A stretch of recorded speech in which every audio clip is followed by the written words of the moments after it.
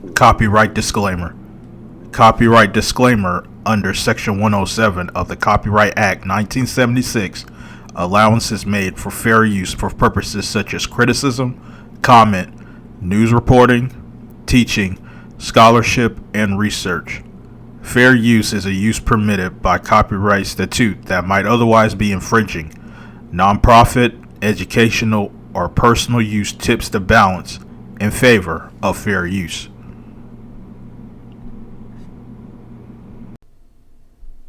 The following documentary is not intended for cyberbullying and/or harassment.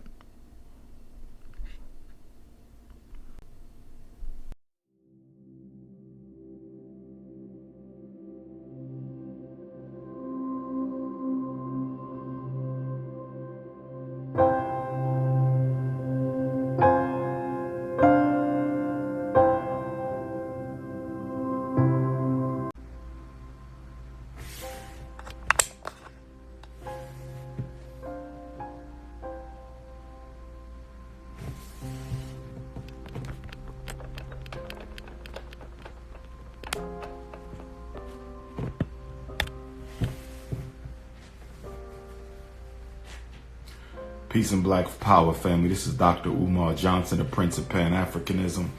Happy Thursday to everyone. I'm calling out to you because I need your help. I need your help. There are 4 individuals who need to be shut down. They have consistently tried to sabotage and destroy my work. And I'm not talking about videos. I am not talking about YouTube videos.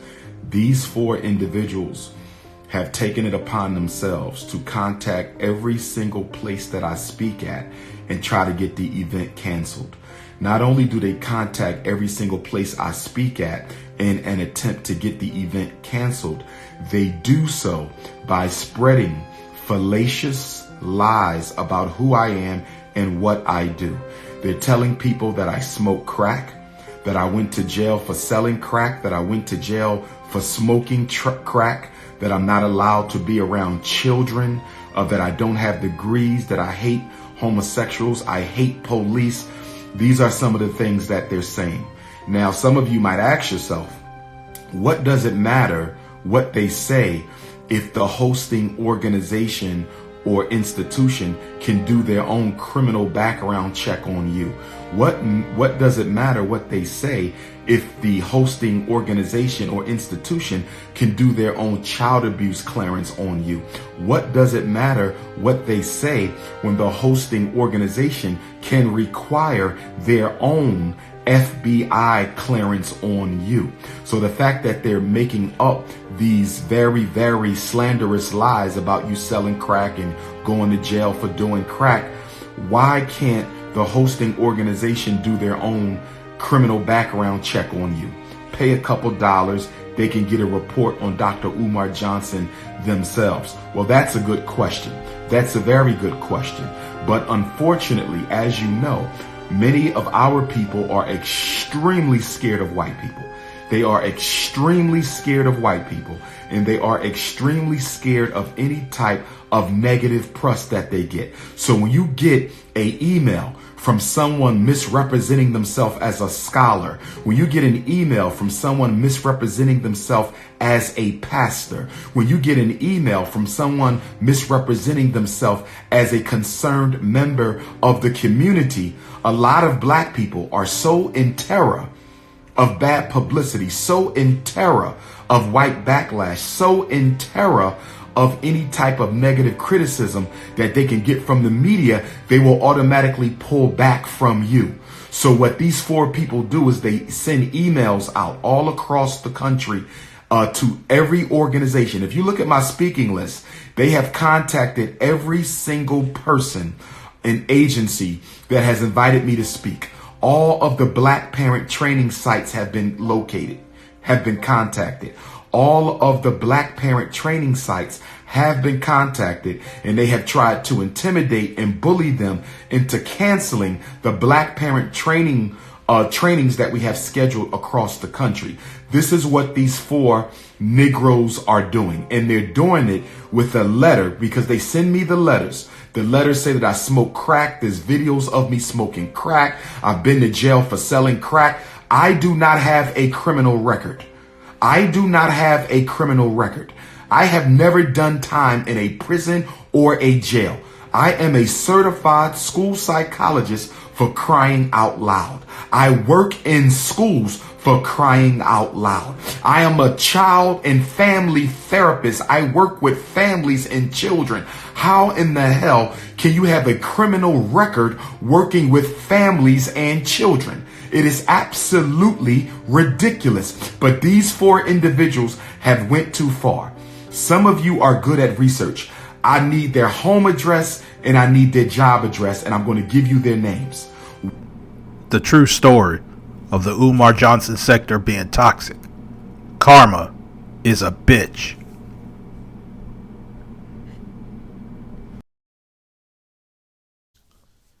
It's your boy Puerto Flacco, and anywhere you fucking go, anybody you fucking know, somebody gotta know me, folks. We're back again with another day of fuckery, man. Now these. I'm definitely an LGBT ally. Hey, Rev G. Hey, I can't believe these niggas, man. Hey, Lenny, come get your pastor, man. Why you gonna send this nigga for me? That whack-ass, moist-ass diss track, nigga. Hey, Rev, when you got time to preach when you always trolling the internet, nigga? Stay out my page, nigga. Stay out my chat room, nigga. I got something for you, though. This lane took shots like a free throw. Pot of gold, yeah, nigga, you a rainbow. Now you call it history. You call it presentations. That elementary ass shit you do. Sit your ass down, dude. Man, you come up here trying to blow up the spot. Look, dude. Look, man, nobody in here talking about Umar Johnson. Nobody in here talking about Umar Johnson. Your goofy ass don't even do research on people. You try to do some shit on Shockumentary. You didn't even have the proper information. You the pussy. You the pussy coming up here. That's right. Yeah, look at it. Hollering and saying you can't even hear your ass. How you doing? Talk right niggas. You ain't pop shit. What's up, YouTube? This is Shock and Raw coming to you live with another video. So, this email I'm showing you guys is just showing you that the GoFundMe that Leonard Honor did, the cancer scam with his son, they did email me and let me know that they are investigating. First of all, bitch, don't ever come for me again. And now all of a sudden, what, y'all waving the white flag because Flacco's on your neck? Y'all waving the white flag. Y'all don't want no more smoke, right? Y'all don't want no more smoke. Yeah, you still gonna get this smoke, bitch. Call me chimney, ha ha, bitch, because you still finna get this smoke. You know why? Because I fucking hate people who abuse kids, and you pled guilty on felony child abuse charges, but want to have the audacity to critique myself and Dr. Johnson. I digress. But nobody's talking about the elephant. I mean, y'all want to jump on Shockim Raw. I'm not defending Shockim Raw. He did his own research. He did his own thing. But you cannot stop the fact that Lennon and his wife are committing welfare fraud. The reason they're not legally married is so she could get Section 8. They were on Section 8 when they were in Hemet, California. They're on Section 8 in Utah. In the month of October 2020, the Umar Johnson sector went through a tremendous paradigm shift. It was in this month we saw the rise of YouTubers like Poetic Flacco, TCTV, The Speakeasy, Red Pill Network, We Own Life Nation, among others. Later in the year, we saw people make a return to the sector from the likes of D. Darrell, C-Rock Smooth, and Tiff Griffin. These people will be known as the good guys. Now, some will say ever since October 2020, the Umar sector has become toxic. And with that statement, I say yes and no. I say yes because if you look at things objectively and see how things have transpired, it's hard to say that this sector is not toxic. However, I also say no because October 2020 was not when this sector became toxic. Let me explain.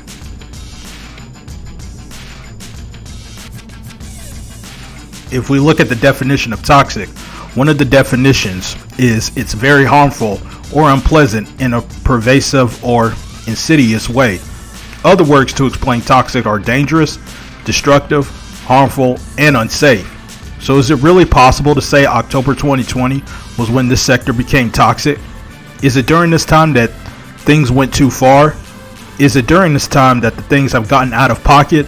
If you're new to the sector, you may be surprised. If you have been in this sector and can be honest with yourself, you already know the answer.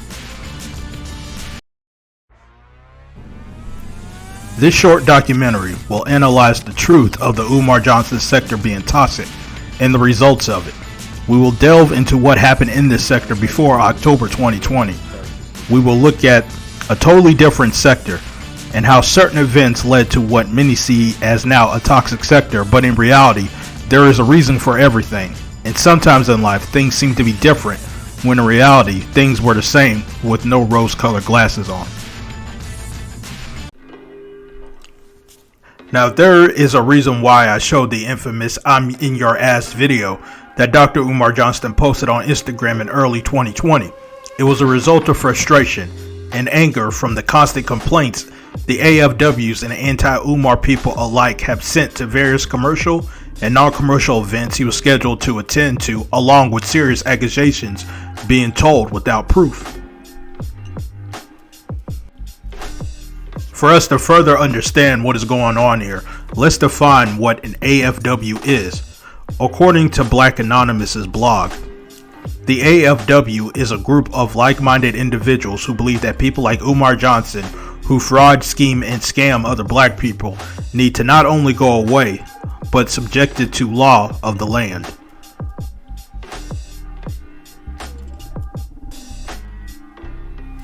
Dr. Umar Johnson has named several people in this rant shown, but I want to focus on 3 people in particular. Those names were Anti-Afro Svengali, Reverend Gerald Palmer, and Lennon Honor.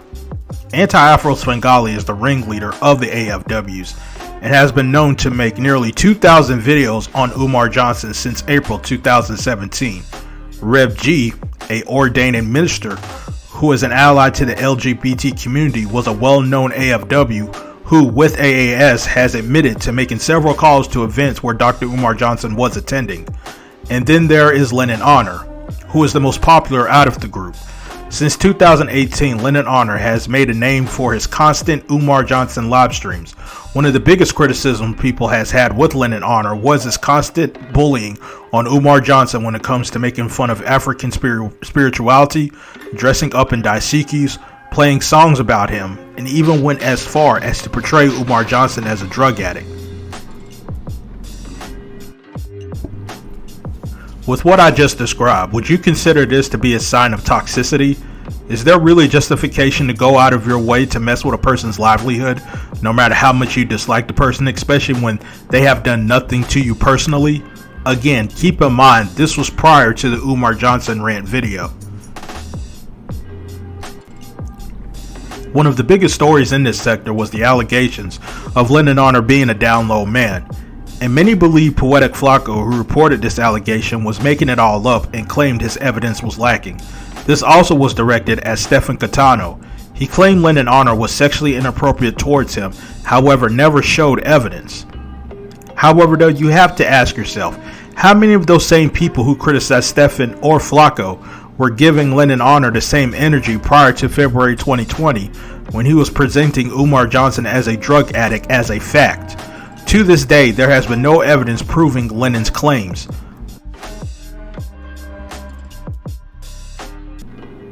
And before I forget, there will be some people who will point out that Tariq Nasheed was the one who started the drug rumors. Even if it was Tariq that started the rumors, here is the difference. Tariq didn't pile on with the drug accusations. Tariq was never a guy to constantly make vids on Umar Johnson, nor has a mission to put Umar Johnson behind bars. Lennon, on the other hand, is the exact opposite and has made that a talking point each and every time, or at least the majority of the time, that he will make Umar Johnson videos, that Umar Johnson is on drugs. As I mentioned earlier, AAS has made nearly 2,000 vids on Umar Johnson or anything related to Umar Johnson since April 2017. If we want to be objective here, you would think this, with this many videos in that amount of time, this is a case of obsession. If we look at the definition of obsession, it's an idea or thought that continually preoccupies or intrudes on a person's mind. Other words to describe of obsession are fixation, passion, compulsion, and addiction. So even if you want to be politically correct with AAS, with the word passion, it's similar to the word obsession. What this resulted into was a number of people making videos on a consistent basis. People include Lennon Honor, Conscious Energy, King Kong Crazy, Reverend Gerald Palmer, JLM, Max V, and many more. This created a toxic environment due to many of these people regurgitating the same rhetoric about Dr. Umar Johnson, and has gone as far as to comment on his everyday moves, including eating ice cream sandwiches, baby mama issues, differences with people like Dr. Michael Eric Dyson, suspended licenses, etc.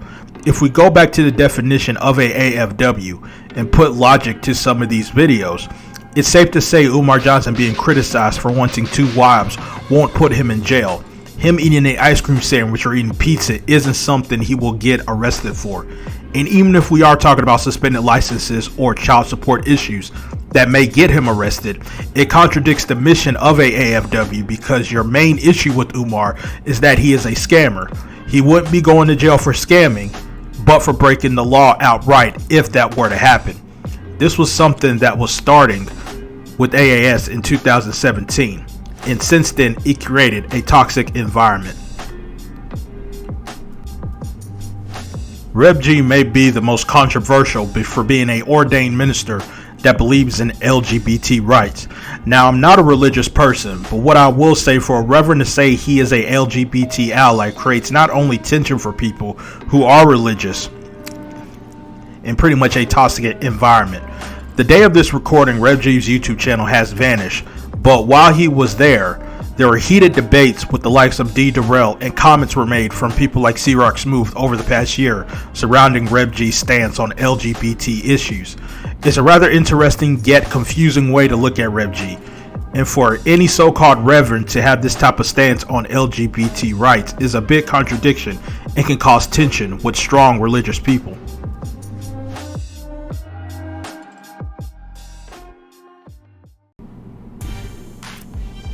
Tiffany Griffin is arguably the biggest Umar Johnson supporter in the sector.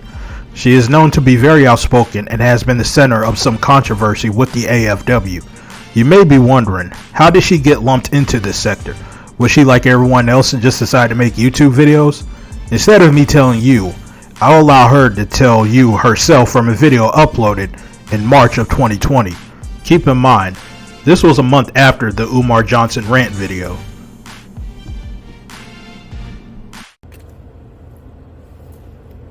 Hi, greetings everybody. My name is Tiffany Griffin.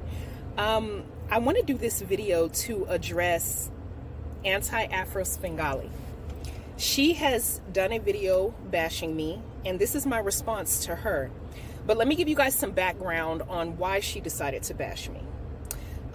This all started when my professor, Dr. Umar Johnson, did a live addressing all of the naysayers and the hate that he is receiving for his Black Parent boot camp to teach Black parents how to protect their children in the school systems. I went on his live and I spoke some things. So let me give you guys some background. Dr. Umar Johnson is a doctor of clinical psychology. He is an amazing man. He is an avid child protector, and he has dedicated his life over some 20 plus years of teaching parents and educating them on how to protect their children in the school systems, whether it be public school, private school, charter school, etc. He is an educator and a prolific man in regards to Pan-Africanism. Dr. Umar Johnson has worked in the school. He's a certified school principal, and he has seen firsthand how African children, Black children, are treated with the school to prison pipeline. We all know that the school to prison pipeline, the ADHD machine, and the special education monster all come together to pipe our children from school to prison. This is an indisputed fact, right?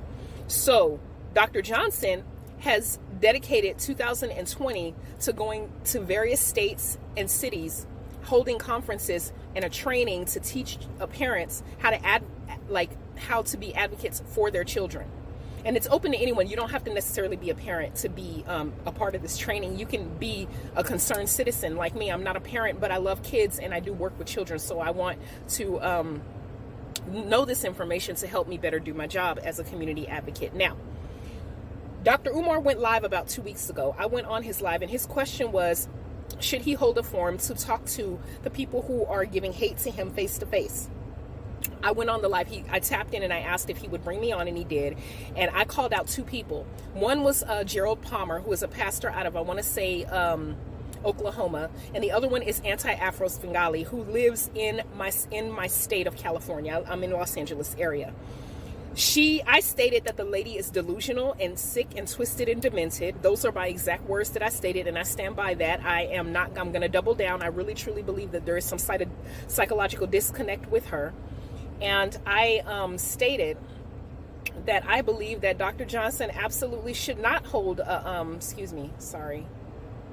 I believe that Dr. Johnson should absolutely not hold some sort of haters. I'm sorry, excuse me, you guys. I'm trying to get rid of my notifications.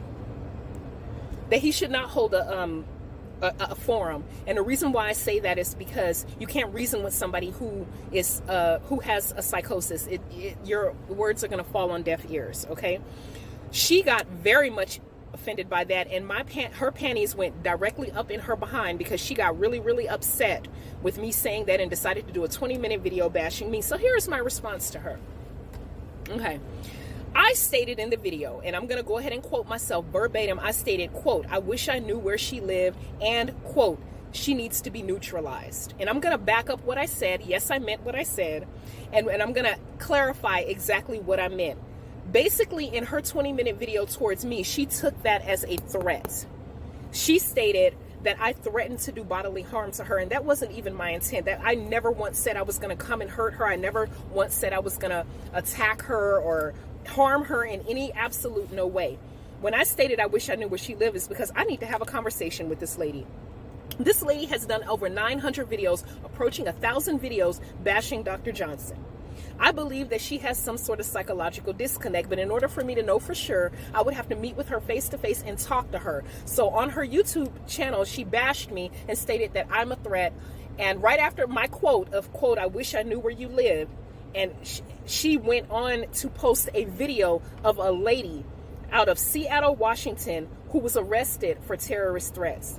What she didn't tell you in that video is that lady was arrested because she brandished a firearm on YouTube or some other social media platform, saying that she was going to go shoot up a school, and that's why she was arrested for terrorist threat.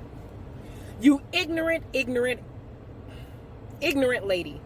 I never threatened you. I simply stated I wish I knew where you live. That is not a threat, because the definition of a threat is when you state specifically like what you want to do with somebody. You make a statement with intent to harm. I never said that. So before you go and call the police and want to have me arrested, like the delusional broad that you are, creating your own narrative to sell your point, first let's stick to the facts. That is what I said verbatim, and that is what I meant. I also stated she needs to be neutralized. Well, what's the definition of neutralized, Tiff? Is that what you're asking me? Well, let me go ahead and tell you what the definition of neutralized. It means when you render something ineffective and harmless by applying the opposite for an effect. For instance, a neutralizer in a shampoo, when you, like, if you are the type of person who uses some sort of chemical in science and you add another chemical compound in it to make it harmless.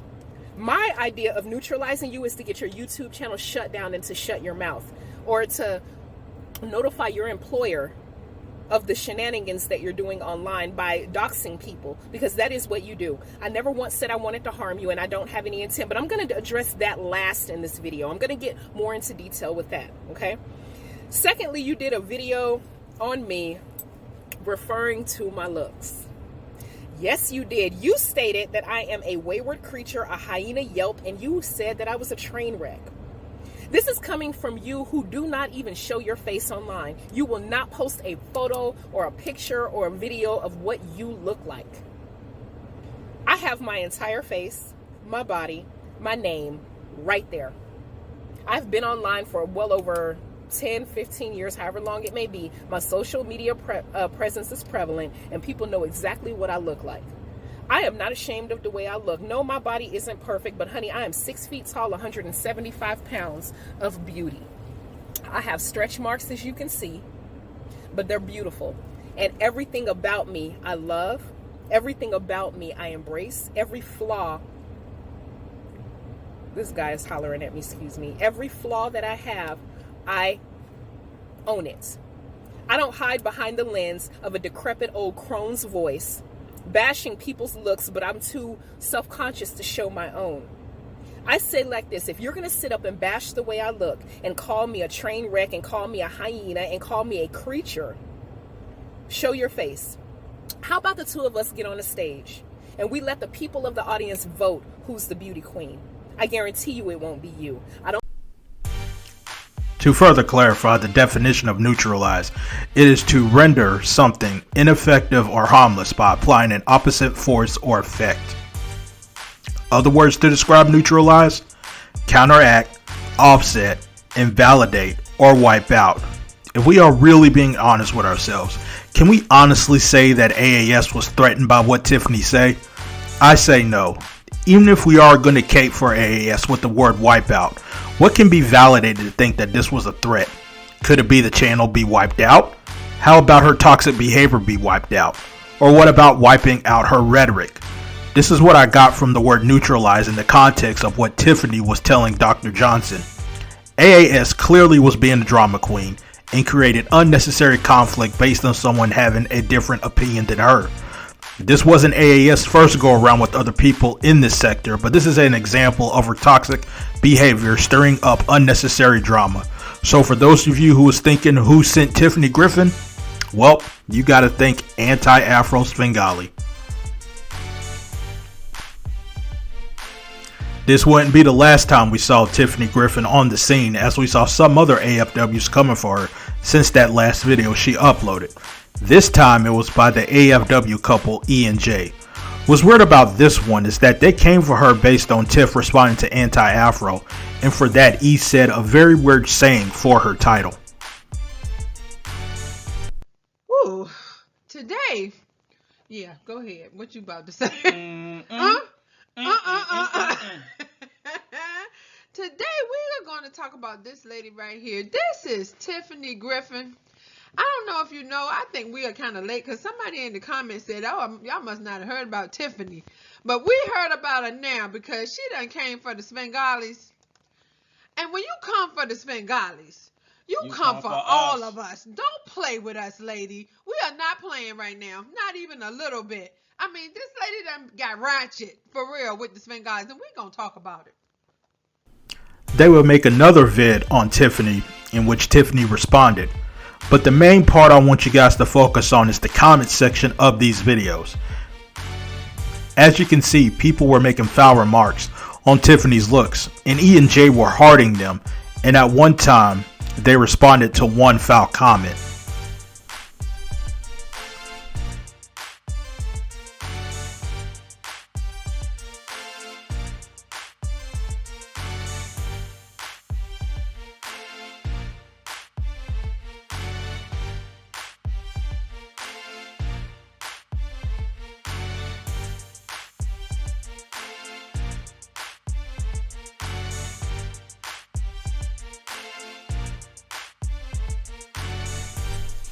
I pretty much have to keep saying this, but this was going on well before October of 2020. So are we still sure the good guys caused all of this toxicity in this Umar Johnson sector?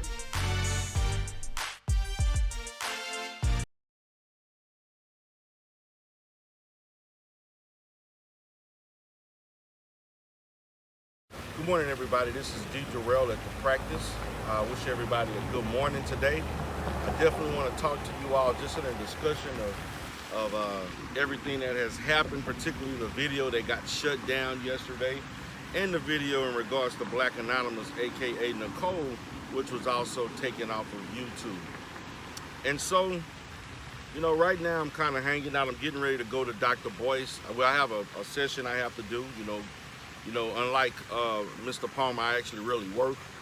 I got a couple of sessions that I have to do, and after that I'm going to go to the All Black National Convention and check out Dr. Boyce, and I'm going to give everybody a load of content based on what I've seen and what I observed at that particular convention. I know I talked to you all about particularly going there and everything and checking everything out and learning some things in regards to finances and maybe improving my ability to manage my own finances, both business-wise and personal-wise. So I'm going to talk a little bit more about that later on throughout the day as I do different content. But first of all, I'd like to just go about yesterday. And I'm going to talk about all the different events because I like to recap the live streams because I think I like to give a perspective because, you know, when you're experiencing something in real time, you know, you may sometimes overlook certain things and etc. Then you can be also, distracted for whatever reasons, and I understand that. So, with that being said, you know, what I have to say is that I'm ashamed of Gerald Paul. You should be ashamed of yourself once again. This is a very immoral person who claims to be a pastor, but he wants to basically invite me to Kansas City, Missouri, so he can fight me, and he want to give me his address, pay for the flight. This is a man that has no discipline. That we're just merely having a discussion, challenging him on his beliefs, and therefore he gets angry and want to resort to violence. Now, what type of pastor is that? Now, first of all, you came back, which I was actually surprised you did, but then you want to get all funny with me and say I'm a coward. Well, brother, I'm not. I fear nothing but God. I just want you to understand that I don't fear you, and I don't fear anybody. So you can say what you want to say, you can do what you want to do, don't make me any different, but I have no fear. And if it came to me having to come to Kansas City or you come to Houston, hey, let the chips fall where they may, because I ain't backing down from shit. Just to let you understand that. Just want you to understand that, brother. You can show off if you want in front of this Bengali family and all those that support you, but it is what it is at the end of the day. And so, with that being said, you know, you came back on with the same LGBT talking points, talking the same silly stuff that don't make any sense, and then you get frustrated, and then you want to leave, and then you want to come back on again like you do. You leave and come back when you get frustrated, and people don't agree with what you state. And I'm gonna say this again, and I'm gonna repeat this again. Okay. My name is D. Durrell, okay? Everybody on YouTube has aliases that they go by, and I go by the same. What you see with me on YouTube is not indicative to totally who I am in my own personal life, just like anybody else, okay?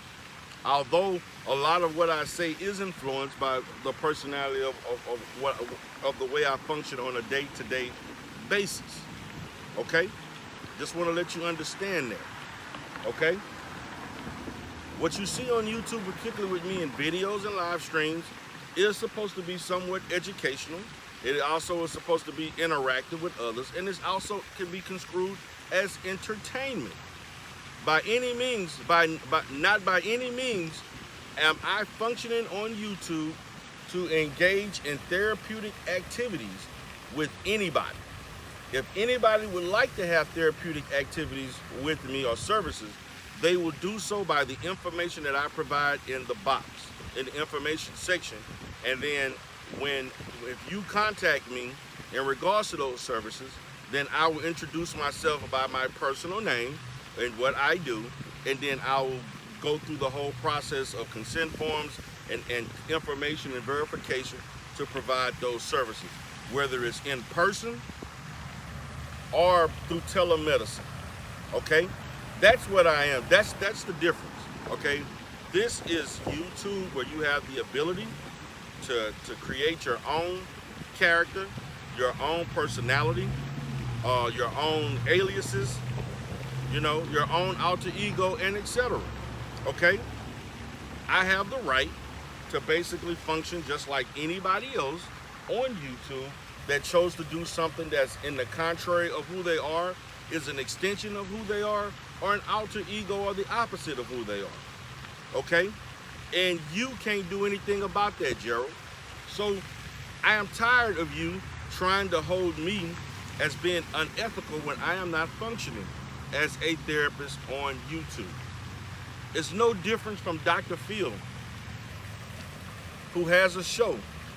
He's functioning as a character of Dr. Phil on that particular talk show. Dr. Phil, I guarantee you, he does not act exactly the way he acts in a therapeutic environment as he do on the show. I can promise you that. No therapist or any mental health professional will. D. Durrell. Known to some as the godfather of the good guys, there is a reason why I played that 6-minute long clip as an introduction.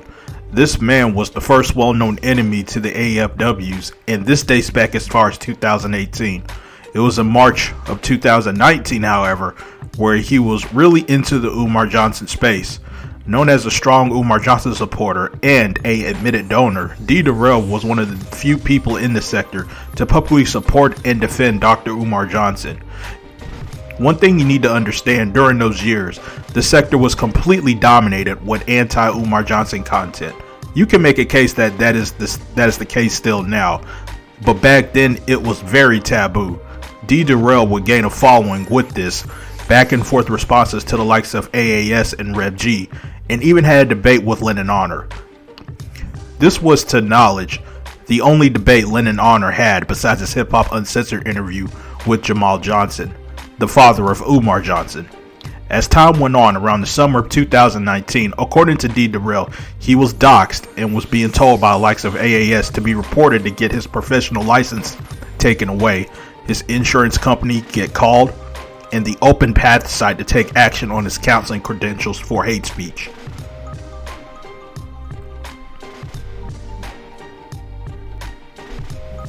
It's really a shame I'm not able to get all the videos from D. Durrell's channel, since his original channel was taken down due to Rev G, who Rev G himself admitted to take a part in the process. But even with the bad blood with D. Durrell and the AFWs, I have to ask again, why did these events have to get to the point of doxing and putting the livelihood of others in jeopardy based on a difference of opinion? This is yet another example of the AFW giving a toxic environment for people who want to speak out differently.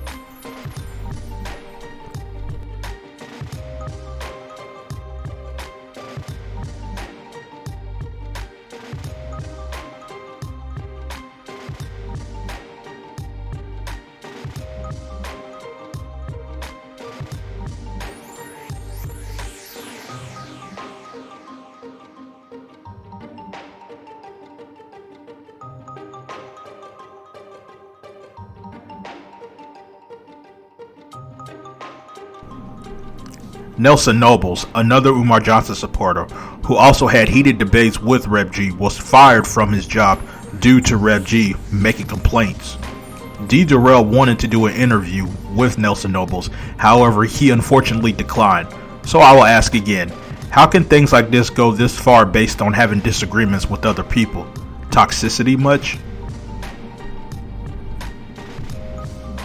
It's also to me known that in January 2021, Anti-Afro Svengali has deleted over 1,000 videos. If you notice, all of the videos on D. Durrell and Tiff Griffin from this particular time frame where she deleted the videos were taken down from over the years.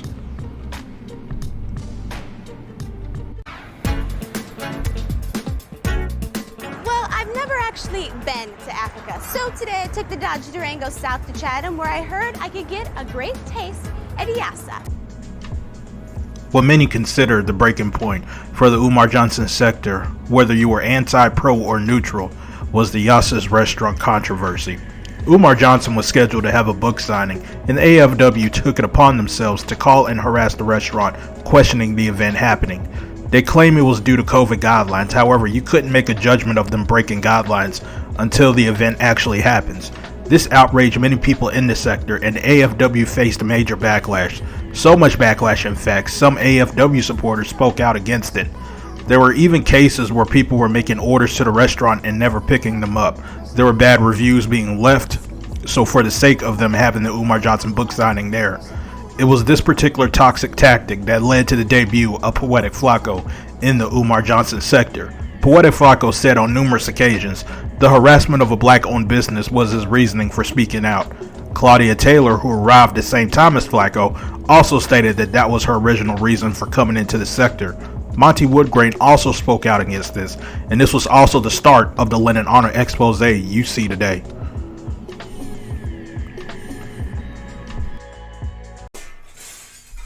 So in conclusion, based on what was seen in this documentary, in my opinion, all that has happened since October 2020 was a result of what happened prior to October 2020. There was already drama, things that went out of pocket, and toxic behavior, not just directed at Umar Johnson, but to others who were supporting Umar Johnson. I am not a Umar Johnson supporter, but as someone who has been in the shadows of this sector since late 2018, I see what is happening now to the AFWs as a result of karma. Go back and analyze what has happened prior to October 2020 and see the similarities post-October 2020. Now the tables have turned, and to be honest, I don't feel much sympathy for the AFWs. So is there a solution to this? Many would say it's up to Umar Johnson to be transparent and open the school to shut people up. However, in my opinion, the only way people will shut up is if Umar Johnson tragically dies. God forbid. If Umar Johnson does open the school, it won't sway the AFWs because in their mind he is scamming the black community, and if he does open the school, they will find excuse after excuse to criticize him until he goes away or is in jail. I pretty much think the first thing to find a solution is to first have the AFW acknowledge their toxicity in the sector prior to October 2020. We often say when there is an action, there is an equal and opposite reaction. In my opinion, it's up to the AFWs to have cooler heads prevail since they started this whole mess. But that's just me. The AFW to me is a cult, and history has shown if you disagree with them, you're more than likely public enemy number one. Ask people like Monty Woodgrain and Shockumentary, who were anti-Umar people.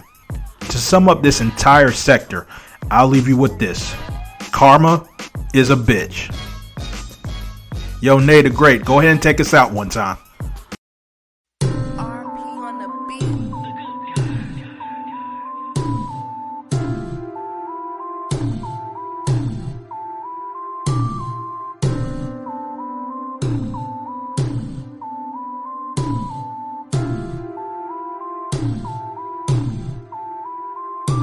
I'ma show him what it is, I'm real with it.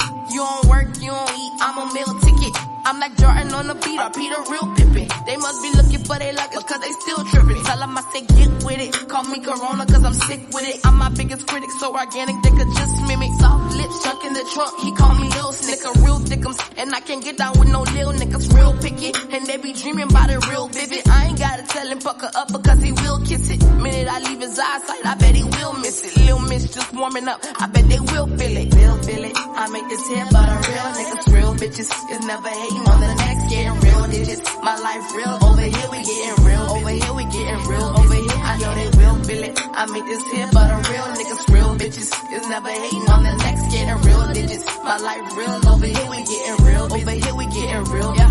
I know they will feel it. They be acting real dizzy, thinking it's a challenge and I know they real silly. Bitches like a gremlin but I'm sitting real pretty. I grew up around niggas and the women stay with it. I'm a north side lady, cornbread bed and Louisiana bread. Man, no whip fans on Memphis, I feel I'm the greatest. And if you're thinking any different, then you're highly mistaken, you're crazy. I might just take it easy on a special occasion. Pull up game strong, just drop your location. I keep it real solid, Lil Native foundation. Gotta go harder, I'll be fighting temptation. Real feel it, I make this hit but a real niggas, real bitches. Is never hating on the next, getting real digits. My life real, over here we getting real. Over here we getting real, over here I know they will feel it. I make this hit but a real niggas, real bitches. Is never hating on the next, getting real digits. My life real, over here we getting real. Over here we getting real, yeah. I know they will feel it. I make this hit but a real niggas, real bitches. Is never hating on the next, getting real digits. My life real, over here we getting real. Over here we getting real, over here I know they will feel it. I make this hit but a real niggas, real bitches. Is never hating on the next, getting real digits. My life real, over here we getting real. Over here we getting real, yeah. I know they will feel it. It's your boy Red Pill, aka RP. Y'all thought I was about to drop a verse, didn't you? You crazy? You think I'm about to rap after Nate? Nate, you the greatest, bro. Hey, me and Nate like Timberland and Missy for the 2021 though. the good guy.